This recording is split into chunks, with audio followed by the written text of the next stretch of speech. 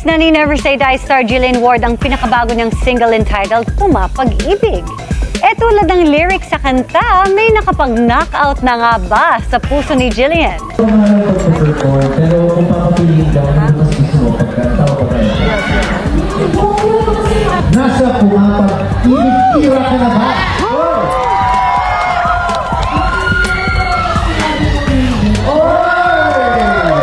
Kapuso actress na si Jillian Ward, pinagdudahan ang binitiwang salita na patama kay Iman Bako sa Pacquiao ang kanyang inamin.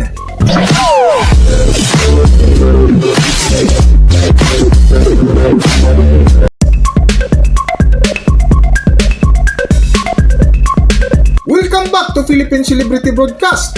Ilang araw na nga ang lumipas matapos pinagpiestahan sa mundo ng social media ang inamin ng kapuso actress singer na si Jillian Ward tungkol sa katanungan ng salitang Pumapag-ibig. Na nagugat nga ang katanungan kay Jillian Ward nang i-release ang kanyang bagong single na Pumapag-ibig na kung saan hindi nakaligtas ang dalaga sa katanungan ng mga kasamang host sa nasabing event na agad nag-viral sa mundo ng social media ang kanyang sagot na kung makikita mo nga ay napayoko ito matapos magsalita.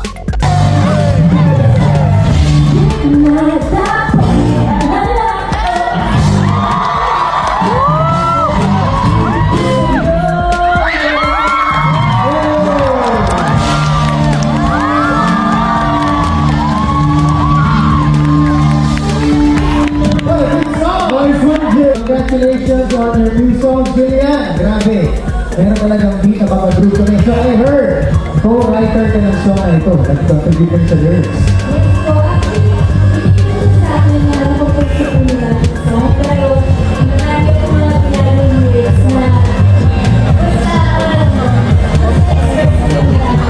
That's good. That's good. So something. One day. Alright. Excited for that. Ang mga lyrics na mga knockout. Julian, kung gano'n ka mga pag-perform, pero kung papapiliin ka, ano mas gusto mo pagkanta o pagkanta?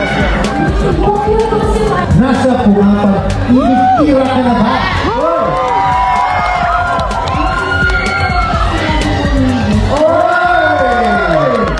Bagay na bagay talaga sila ang hashtag natin today, Jillian, na AOS Lakas Mo Girl. Siyempre, invite ko na mga kaayos natin to join. Ayan mga tayo, mga kapuso. First, thank you so much for Toras ng Misa na. Hindi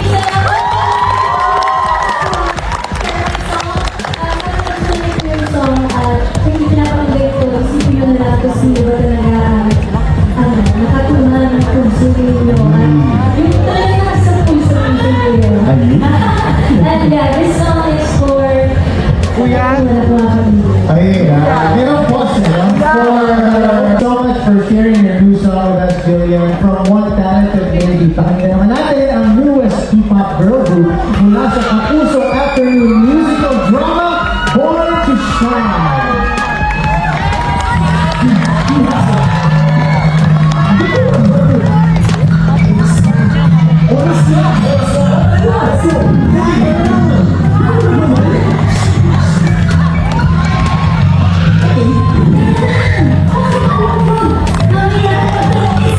Matapos nga ang nasabing show, ay nagpaunlak agad ng interview si Jillian Ward na kung saan diretsahang inamin ng dalaga na masamang magsinungaling kung hindi totoo ang kanyang inamin.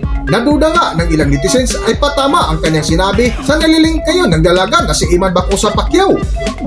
Para sa buong kwento, narito ating panoorin at pakinggan ang video na tila patama kay Iman Bako sa Pacquiao ang inamin ni Jillian Ward. Narito ang video. Ni-release na ni Never Say Die star Jillian Ward ang pinakabago niyang single entitled Pumapag-ibig. Tulad ng lyrics sa kanta, may nakapag-knockout na nga ba sa puso ni Jillian? Ichichiki yan ni Aubrey Carampel.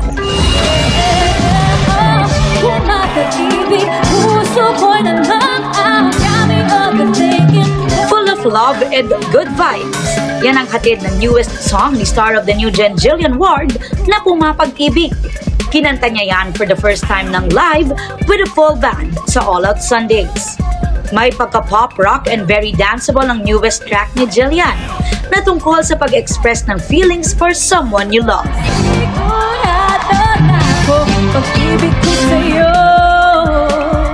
Kanino kaya niya dinededicate ang kanta? Sa lahat naman pumapag-ibig. Ayun, ano lang, tsaka sa mga taong gusto nilang happy lang, alam mo yun, ma-express yung nararamdaman nila na masaya sila, may nagpapasaya sa kanila. Natanong din si Jillian kung tulad ng kanta, siya ba mismo pumapag-ibig na? Magsisinungaling ako pag sinabi kong hindi. Going back sa kanyang single, sabi ni Jillian nakipag-collaborate daw talaga siya sa composers at tumulong sa pag-rewrite ng lyrics for a more personal touch. Pag uma-acting ako, meron ako mga characters na piniplay, pero pagdating naman sa music, gusto ko talagang, ito yung maging way ko na ma-express ko yung sarili ko bilang si Jillian. Pumapag-ibig is out now on digital music platforms. Pero marami pa raw plano si Jillian for her music. Mas ine-effortan ko talaga na mas magkaroon ako ng knowledge sa music, tapos nagtitrain din ako parati sa pagsayaw ko po, and nagsastart na rin ako mag-voice lessons, and meron na rin akong mga nakabangko na songs na ako yung nagsulat. Like, ako lang mag-isa nagsulat. Na soon, i-release ko siya sa tamang panahon. Yan yung video, yan yung makakapagpalaya kay tatay. Sa ngayon, busy din si Jillian sa GMA Prime action drama series na Never Say Die. Bukod sa patindi ng patindi na ang mga eksena sa serye, inaabangan din ang characters ni Lian Valentin, Heath Hornales at Eman Baco sa Pacquiao. Sobrang dahil pa pong mangyayari sa Never Say Die. Dahil pa pong action na mangyayari, pero meron din mga iyakan scenes, kilig scenes. Diba? Friends sila, oh. Friends sila. Guys, kami. At pogi, oh. Parehas pogi. Napaka-humble nito, guys. Pogi, mas pogi to, guys. Di mas pogi to.